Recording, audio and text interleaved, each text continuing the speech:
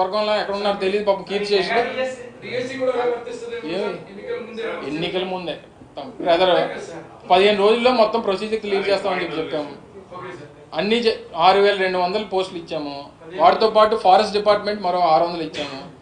ఇవన్నీ కూడా జూన్ 12వ తారీఖుల్లో బహుశా నాకు తెలిసి కొత్త ప్రభుత్వం మళ్ళీ మా రెండోసారి ప్రభుత్వం మా ఫామ్ అయ్యే టైంకి వాళ్ళందరూ కూడా జూన్ 12వ తారీఖు మళ్ళీ ఎప్పుడైతే రాష్ట్రంలో ప్రభుత్వ పాఠశాలలు మళ్ళీ తెరుచుకుంటాయో ఆ టైంకి వీళ్ళందరూ ఉద్యోగాల్లో ఉంటారు. ఇది మళ్ళీ మీరు క్వశ్చన్ మార్క్ పెడతారో నాకు తెలియగడుగుతాను. చెప్పేసాం కదా, ఎన్నిసార్లు చెప్పాలి నువ్వు అడిగిన దానికి? ఇక ఎన్నిసార్లు చెప్పాలి నీకు సమాధానం?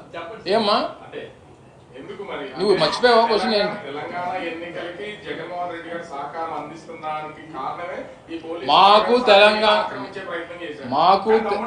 మాకు తెలంగాణ గత ప్రభుత్వానికి కానీ ఇప్పుడు ప్రభుత్వానికి కానీ ఆంధ్రప్రదేశ్ రాష్ట్ర ప్రభుత్వానికి తెలంగాణ రాష్ట్ర ప్రభుత్వానికి ఉండేటువంటి సంబంధాలు కానీ లేదా ఆ ప్రభుత్వంతో చేయాల్సినటువంటి చర్చలు కానివ్వండి, అది రకరకాలైనటువంటి ఇష్యూస్ మీద ఇరిగేషన్ ప్రాజెక్టుల విషయంలో కానివ్వండి, ఇతర ప్రాజెక్టుల విషయంలో కానివ్వండి, లేదా బార్డర్స్ షేర్ చేసుకున్నటువంటి దాంట్లో వచ్చేటువంటి అదర్ ఇష్యూస్ కానివ్వండి, ఇవి కేవలం 2 రాష్ట్ర ప్రభుత్వాల మధ్య ఉండేటువంటి డిస్కషన్సే మాకు ఉంటాయి తప్ప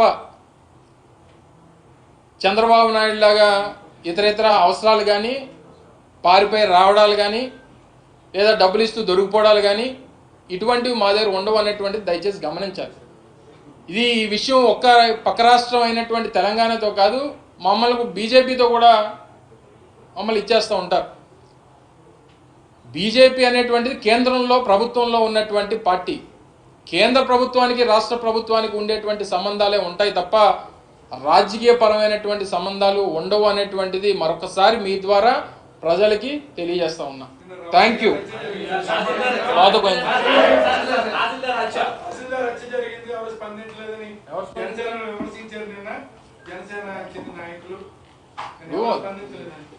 అది ఒక సెన్సిటివ్ ఇష్యూ. సంబంధించినటువంటి department police department additional DG క్యాడర్లో ఉన్నటువంటి కమిషనర్ ఆఫ్ పోలీస్ వారి నేతృత్వంలో దర్యాప్తు జరుగుతూ ఉంది. పూర్తి స్థాయి వివరాలు నిన్న ఒక ప్రిలిమినరీ ఇన్ఫర్మేషన్ అంతా కూడా మీ అందరికీ ఇచ్చుంటారు. సో ఇవన్నీ కూడా బేస్ చేసుకొని ఇది కొంత సెన్సిటివ్ ఇష్యూ. ఏది పడితే అది మీరు అడగడానికి కానీ నేను మాట్లాడడానికి కానీ పూర్తి స్థాయి సమాచారం తీసుకున్న తర్వాత అది వ్యక్తిగతమైనటువంటి లావాదేవీల విషయంలోన లేదా ఇతర అంశాలు అనేటువంటివి పూర్తి అవగాహన చేసుకున్న తర్వాత మళ్ళీ ప్రభుత్వం స్పందిస్తుంది. ఏదేమైనప్పటికీ ఈ రకమైనటువంటి చర్యలు కానీ ఈ రకమైనటువంటి వాతావరణం ఈ ప్రాంతానికే కదా రాష్ట్రంలో ఎక్కడా కూడా మంచిది కాదు.